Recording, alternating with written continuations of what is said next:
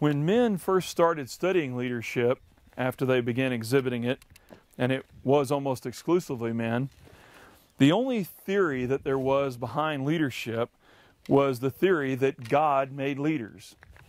That whoever God wanted to be in charge politically or in a battle or anywhere else, that's who was in charge. And that was the extent of the theory of leadership.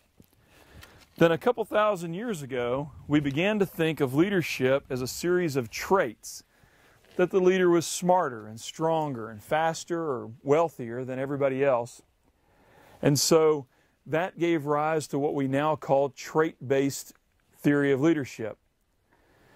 And not long after trait-based theory, we began to notice there's some shortcomings that guys like Napoleon, who aren't very tall and aren't very strong and aren't very fast, still tend to become leaders. And so from that, we began to ask ourselves, well, what's after trait-based theory? If it's not really traits that cause a person to be a leader over someone who doesn't have those traits, then maybe it's behaviors. Maybe it's that leaders exhibit certain behaviors. They're more aggressive. They are more thoughtful and better planners.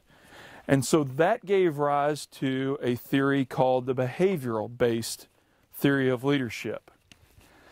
But after a while, we began to understand that behavioral theory had some limitations too, because sometimes a leader who had all the right behaviors and had all the right traits still didn't do very well as leaders. So we had to come up with something else.